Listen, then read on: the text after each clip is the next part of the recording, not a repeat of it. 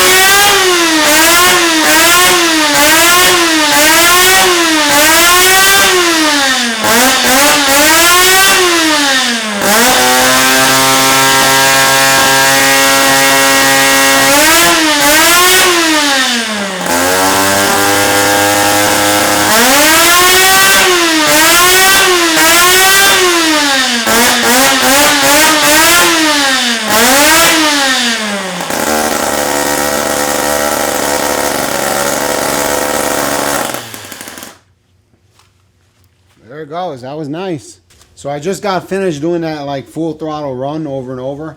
And I know you're probably thinking, man, that guy's nuts, because I put my finger over the exhaust port to stop the engine, which is probably partially true. But the truth of the matter is the engine isn't really overheating and it's not burning hot. I mean, it's kind of hot. The engine just finished running and I can put my thumb on here without getting burned. Actually, I could hold my thumb on there. And the reason for that is by burning methanol in here, and pretty much it's burning a lot of methanol. It has a substantial cooling effect on the combustion in this particular rotary engine. I ran it full throttle over and over, as you saw. I mean, the engine's not smoking, it's not overheating, it didn't blow up, and it's not that hot. I had another idea. I have the final version of the C200 engine set up because we're currently filming that episode where I try to blow it up with turbo and nitromethane and a couple other surprises I have in store.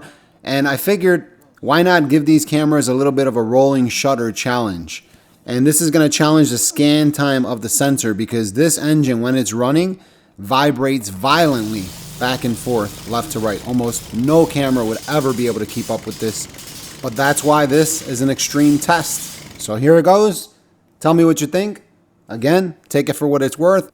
This isn't a situation that these cameras would normally see on most film sets, but they are very common on my sets. Keep in mind that these shots were done with each camera at its base ISO, 30 frames per second, 180 degree shutter, no additional lighting, only house lights, so they're a little bit underexposed, but that was the idea.